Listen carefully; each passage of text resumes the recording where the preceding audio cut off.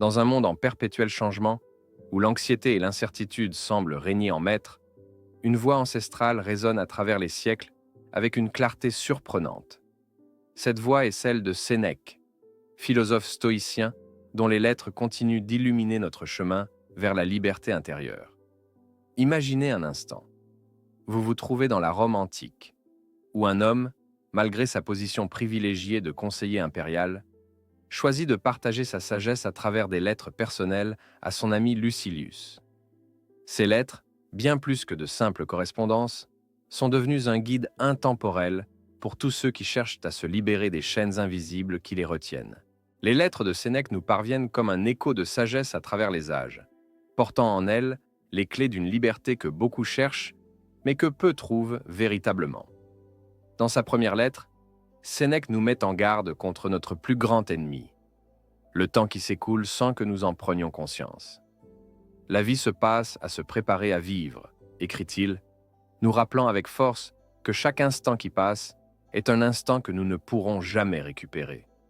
Cette réflexion sur le temps n'est pas une simple observation philosophique, mais le fondement même de sa pensée sur la liberté personnelle. Car comment pouvons-nous être vraiment libres si nous ne sommes pas maîtres de notre temps? La libération que propose Sénèque commence par une prise de conscience fondamentale, la distinction entre ce qui dépend de nous et ce qui n'en dépend pas. Dans ses lettres, il nous guide vers cette compréhension avec la patience d'un mentor bienveillant. Il nous montre que la véritable liberté ne réside pas dans le contrôle des événements extérieurs, mais dans notre capacité à maîtriser nos réactions face à ces événements. Cette idée, simple en apparence, est révolutionnaire dans sa pratique. Imaginez un instant que vous puissiez regarder les tempêtes de la vie avec la même sérénité qu'un capitaine expérimenté observe les nuages à l'horizon.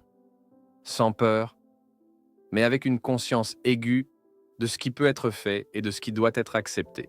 Dans sa lettre sur la peur de la mort, Sénèque aborde l'une des plus grandes sources d'anxiété humaine. Il nous enseigne que la crainte de la mort empoisonne la vie elle-même, nous empêchant de vivre pleinement. Celui qui a appris à mourir a désappris à servir, écrit-il. Cette réflexion profonde nous invite à considérer la mort non pas comme une fin terrible à éviter, mais comme une partie naturelle de l'existence qui, une fois acceptée, nous libère paradoxalement pour vivre plus intensément. Cette acceptation n'est pas une résignation morbide, mais une compréhension lucide qui nous permet de nous concentrer sur l'essentiel, vivre en accord avec nos valeurs. La question des richesses matérielles occupe une place centrale dans les réflexions de Sénèque. Contrairement à ce que l'on pourrait penser, il ne prône pas un rejet total des biens matériels, mais plutôt une relation saine avec eux. Dans ses lettres, il nous explique que la vraie richesse réside dans la capacité à se contenter de peu, tout en sachant apprécier l'abondance quand elle se présente. Il nous invite à pratiquer régulièrement la frugalité volontaire, non pas comme une punition, mais comme un exercice de liberté. Car celui qui sait vivre avec peu ne sera jamais l'esclave de ses possessions. Cette approche équilibrée nous libère de l'anxiété constante liée à l'acquisition et à la préservation des biens matériels. L'une des contributions les plus précieuses de Sénèque à notre quête de liberté concerne notre relation aux autres. Dans ses lettres, il aborde la question des relations sociales avec une perspicacité remarquable. Il nous montre comment nos attachements peuvent devenir des chaînes si nous ne les gérons pas avec sagesse. Cependant, il ne prône pas l'isolement. Au contraire, il nous enseigne l'art délicat de maintenir des relations authentiques tout en préservant notre indépendance intérieure. Cette approche nous permet de cultiver des amitiés profondes, sans tomber dans la dépendance émotionnelle, nous libérant ainsi des attentes excessives et des déceptions qui en découlent souvent. La colère, cette émotion puissante qui peut nous rendre esclaves de nos impulsions, fait l'objet d'une attention particulière dans les lettres de Sénèque.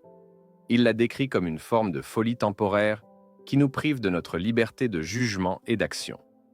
Pour nous en libérer, il propose une méthode progressive. D'abord reconnaître les premiers signes de la colère montante, puis prendre du recul pour examiner la situation avec objectivité. Cette pratique demande de la patience et de la persévérance, mais elle nous offre une liberté inestimable, celle de ne plus être à la merci de nos émotions destructrices.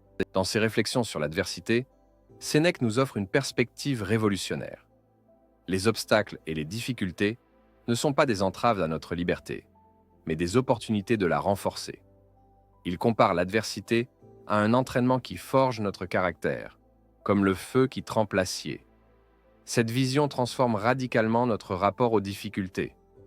Au lieu de les voir comme des malédictions qui nous emprisonnent, nous pouvons les percevoir comme des occasions de développer notre force intérieure. Cette approche nous libère de la peur de l'échec et des revers, nous permettant d'affronter la vie avec plus de courage et de sérénité. Le rapport au temps présent occupe une place centrale dans l'enseignement de Sénèque.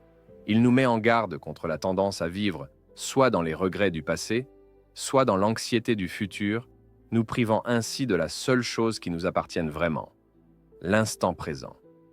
Cette conscience du moment présent n'est pas une simple technique de méditation, mais une véritable philosophie de vie qui nous libère des chaînes temporelles que nous nous imposons.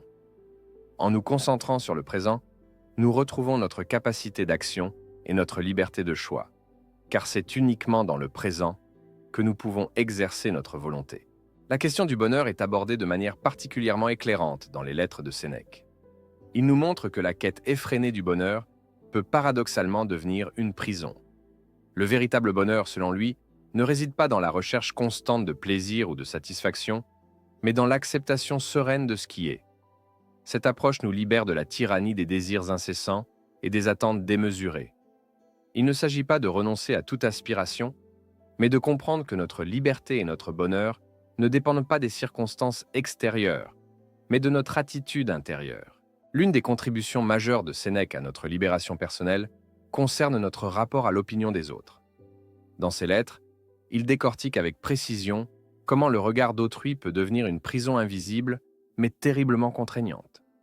Il nous invite à développer une indépendance d'esprit qui ne nie pas l'importance des relations sociales, mais qui nous permet de rester fidèles à nos convictions et à nos valeurs, même face à la désapprobation sociale.